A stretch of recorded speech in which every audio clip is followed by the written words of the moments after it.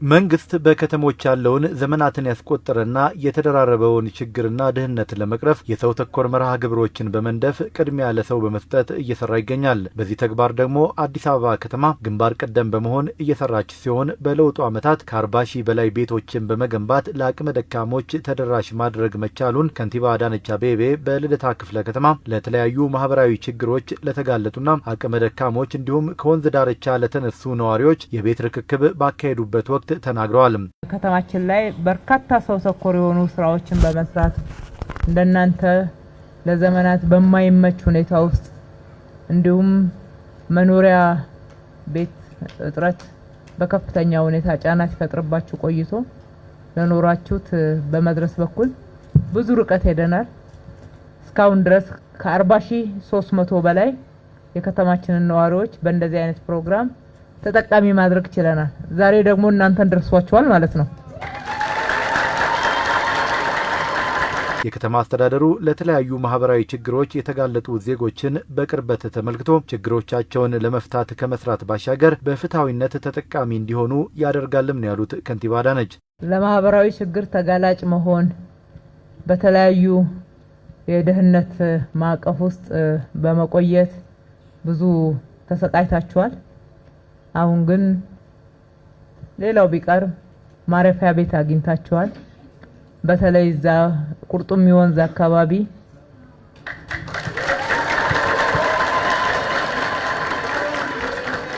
በዛ ስፍራ ላይ የምትኖሩትን ኑሮ በአይናችን ያየነው። ከዛም አካባቢው ደግሞ የወንዝ ልማቱ ሊሰራ ሲባል ቤት ያላቸው የቀበሌ ቤት ውስጥ ይኖሩ የነበሩ እንዲሁም የግል ቤት ያላቸው በመታዩት ትልቅ ስነ ስርዓት በደንብ ተስተናግደዋል። በጥገኝነት እንዲሁም ምንም አይነት መጠጊያ ሳይኖራችሁ የቆያችሁትና ረጅም ዘመን በእንደዛ አይነት የማይመች ለማሰብም በሚከብድ ሁኔታ ውስጥ የኖራችሁ የከተማችን ነዋሪዎች እናንተም የኛ ከተማ ነዋሪዎች ናቸው። እናንተንም ማሰብ ለእናንተም ከተማው ካላት ሀብት ማካፈል እናንተንም ታሳቢ ማድረግ ኃላፊነታችን ያስገድደናል።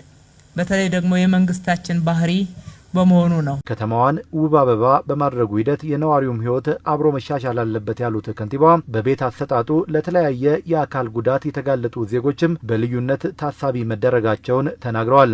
የምንሰራው ለሰው ነው። የሰው ህይወት ላይ ልማታችን ለውጥ ማምጣት አለበት። ከተማዋን ውብ አበባ እናደርጋታለን ስንል የእናንተ ህይወት አብሮ ካልተሻሻለ ከተማችን ውብ አበባ ልትሆን አትችልም። በእናንተ ነው የምትደምቀውና ባገኛችሁት እድል በድጋሚ እንኳን ደስ ያላችሁ። በተለየ ሁኔታ እጣ ውስጥ ደግሞ ሳናስገባቸው እዚህ ያያችኋቸው በጣም ለአካል ጉዳት ለተለያየ ማህበራዊ ችግር ጫና የደረሰባቸው የእናንተው ቤተሰብ የእናንተው ወገን ናቸውና እነሱን ለአካላቸው ምቹ የሆነ ቤት በልዩ ሁኔታ መበደብ ግዴታ ነበረ።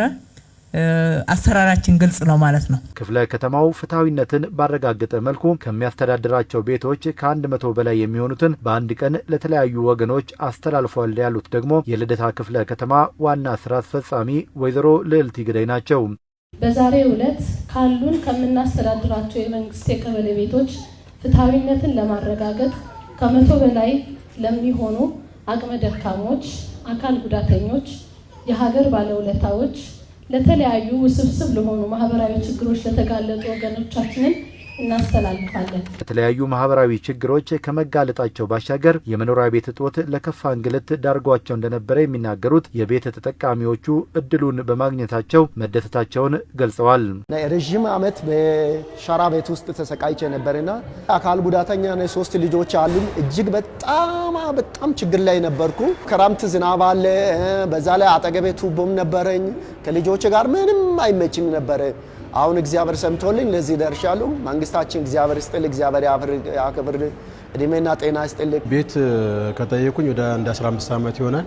የምኖርበት ቦታ በኪራይ ነው። ይሄው ምንድነው የኢብናውን ቤት እንኳን በተከራይ ካለ ጉዳት ጋር ማለት ካለ የጉዳት እንቅስቃሴ ጋር ተመጣጣኝ ላይሆን ይችላል ማለት ነው።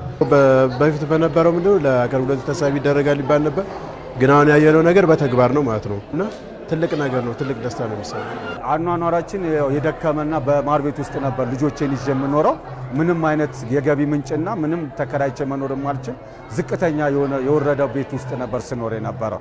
ቤቱ ጠባብ ነው፣ ጣራው የሚያፈስ ነው፣ ቆርቆሮ በቆርቆሮ ነው እና የተበሳሳ ነበረ ቤቱ የምንኖርበት የነበረ።